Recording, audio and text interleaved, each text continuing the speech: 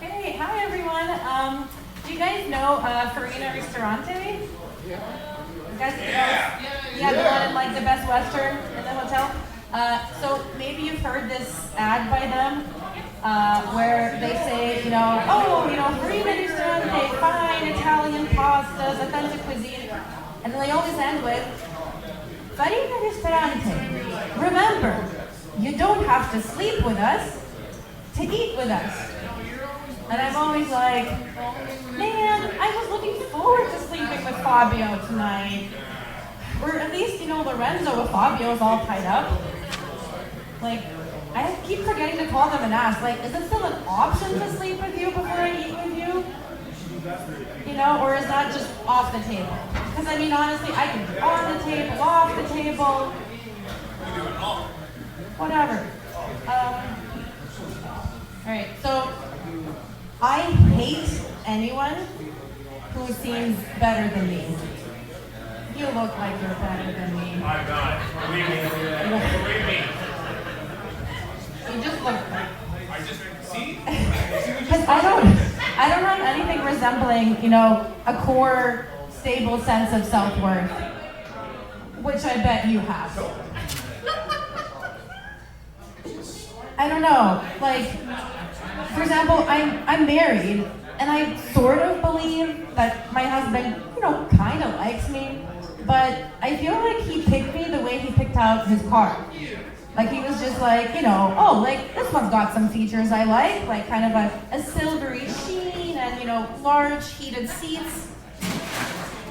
And I feel like if he meets another woman who is a lot like me, but she can play the saxophone, like, he would be an idiot not to leave me for saxophone Masha, right? And like, it's really hot when she's playing too, I bet, you bitch. And like, it took me some serious soul searching to introduce him to skinny Italian skydiving Taekwondo Masha. And I desperately hope he never runs into competitive duck herding Masha. Basically I'm calling everyone Masha here, so it might sound a bit like I think I'm the center of the universe, but just wait until you meet center of the universe Masha. But honestly, my husband would probably just love her spunky self-confidence. I don't know. I'm just still trying to figure out who I am and what my problem is. Like, sometimes I actually like something about myself. Like, I can be pretty spontaneous. So my husband is more like, kind of stable. He likes to do things slowly and methodically. But for me, it's like a friend will call me and I'm just like, oh, hey, honey, I heard from a friend. There's gonna be like an outdoor concert. It's starting in 10 minutes. It's gonna be great. Let's go get the kids dressed and go. And my husband's like, whoa. Like, I just started cooking soup, so I'm staying home for the next 7 hours. I don't know, I do. Think back in. But I do sort of struggle with, like, just who I am and how to be happy. I was just watching some stand-up the other night before I went to bed, just to not feel my feelings, right? It was titled Oswald Comedy Special. And I'm just getting to that sweet spot, where I'm something between entertained and numb, and just ready to lie down and sleep, right? And then he starts talking about when his wife died, and how he had to break the news to his daughter. And I was just like, fuck you, Patton. This is not part of the deal. I am here to postpone sadness every night of my life until eventually I don't wake up one morning. And then I've won. I beat sadness. So that's my strategy to live, a rich, full, and meaningful life.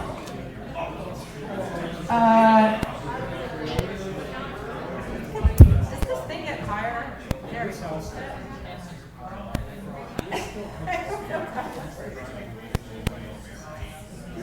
Okay, I figured out the mic. Okay, great. So recently my choir sang at the Jewish Yom Kippur service at the synagogue. That was just on Sunday, just a couple days ago. And I didn't really have time for it because I've been super busy making puppets and rehearsing for a puppet show. That was also on Sunday. I mean, what can I say? I just have a lot of weird and creepy, talents and activities. But I couldn't miss Yom Kippur. So let me explain what this holiday is about. First of all, are there any Jews in the audience? Are there any Jews here?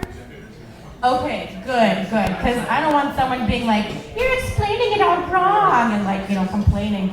Okay, perfect. So Yom Kippur is a very serious Jewish holiday.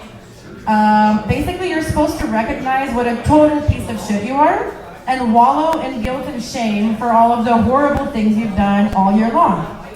That's really what it is. So I had to go because as a real Jew, I had to make sure that there's at least one person in the choir who would genuinely hate themselves.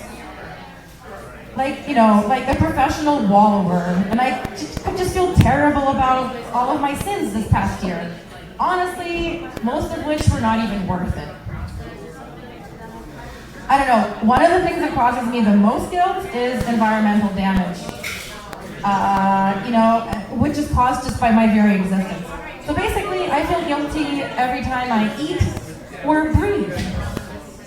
I always had a guilt complex, but I found my primary target for guilt in elementary school, when my lazy science teacher would show us these animal videos instead of teaching, at least twice a week. And I was fascinated by the creatures, it's like the lemurs, the penguin, the walruses, they're beautiful, the dung beetles. And the video would show their cycle of life, and it's just gorgeous and so fascinating. And then this voice would go, and they're all going to die because of you. That paper you're using to take notes for the quiz later, that came from the Amazon rainforest, and now all the jaguars are dead. And you went to the bathroom just now? Did you turn on the light? Yeah, the oceans are now 10 degrees hotter, and the penguins are all dead. And they always tricked me, it seemed like class was almost over, and maybe I'd make it out of there with just this beautiful, inspiring image of soaring eagles and breaching, humpback whales. But then they just sneak it in. They always snuck it in. It's basically like an ad for for migraine pills, when it's there's beautiful, middle-aged people frolicking in a meadow.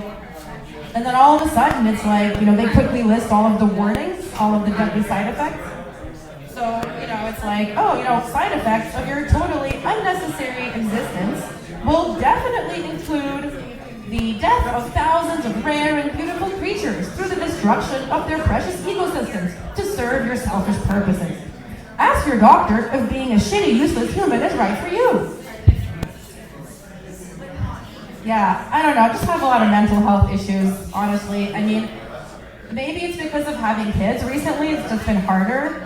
Because at least once a week, I find myself yelling something like this at my kids. I'm like, will you both shut up for 2 seconds so that mommy can think and remember which fucking gentle parenting strategy I'm supposed to use when you slap your goddamn sister in the face?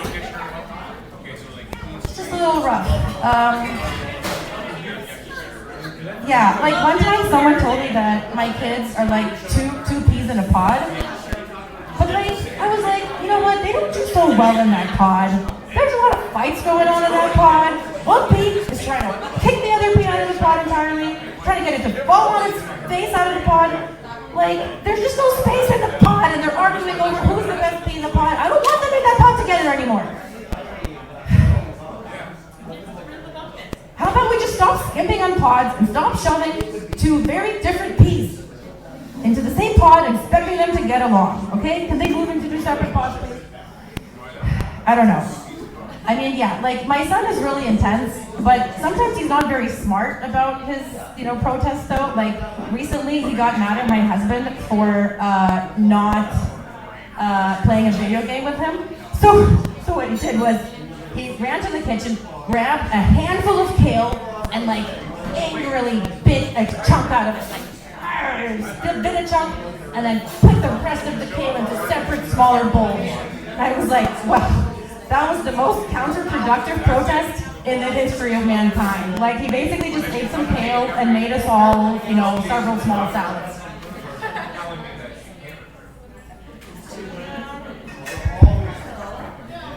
This keeps going downwards. Alright. Okay, this is tricky.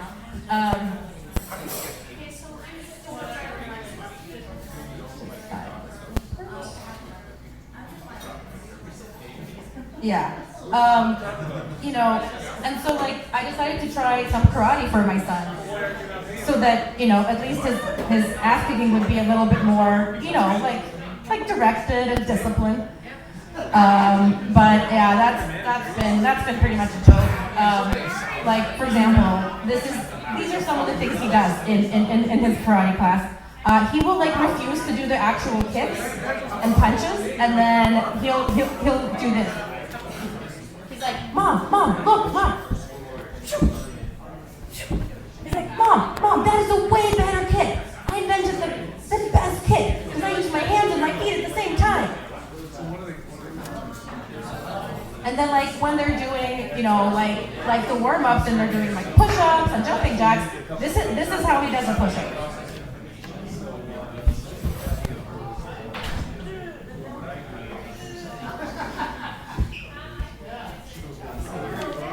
So he'll do 10 of those really fast. And he's like, that was so easy. I could do a million push-ups. I'm so good.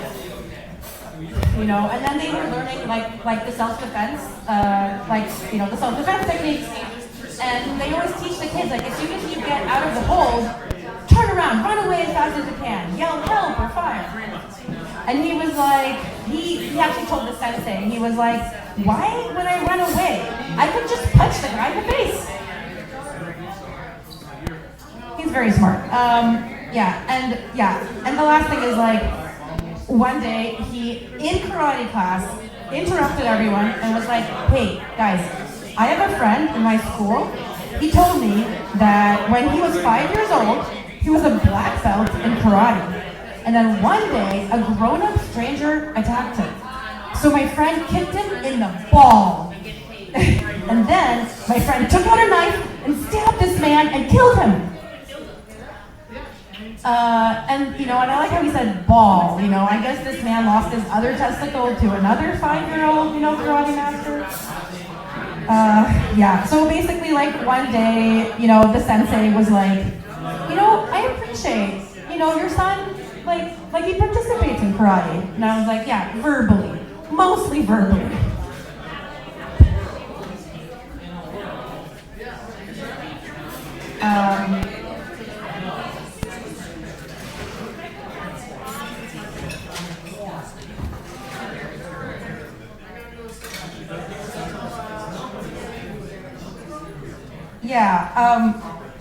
I don't know.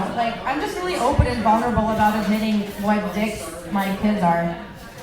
I'm just tired and overwhelmed most of the time. My son has his good parts too, but he's just objectively a handful. So last month, I actually found a new source of parenting advice. And this is very real. This is this lady, and her site is called Mother Flipping Awesome. So she has some great advice for kids.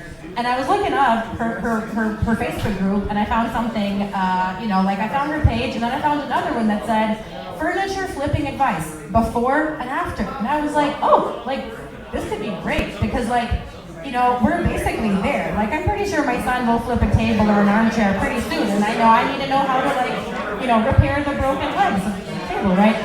Eventually I found out that furniture flipping means something different. I have to figure that out on my own.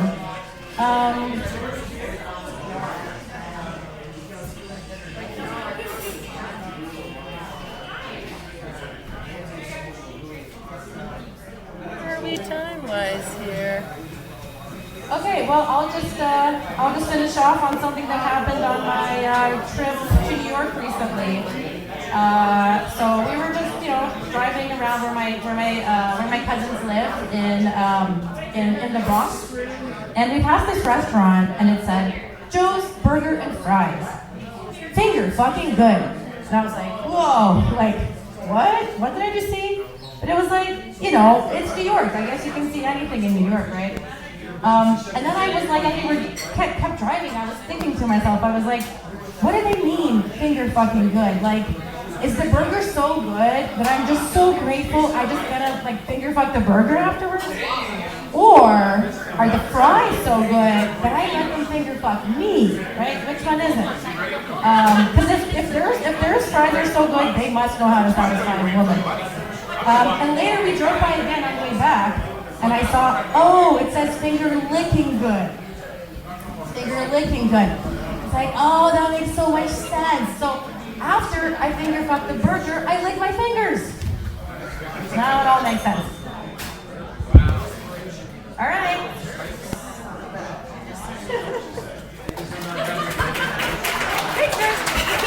Here we go for Mark.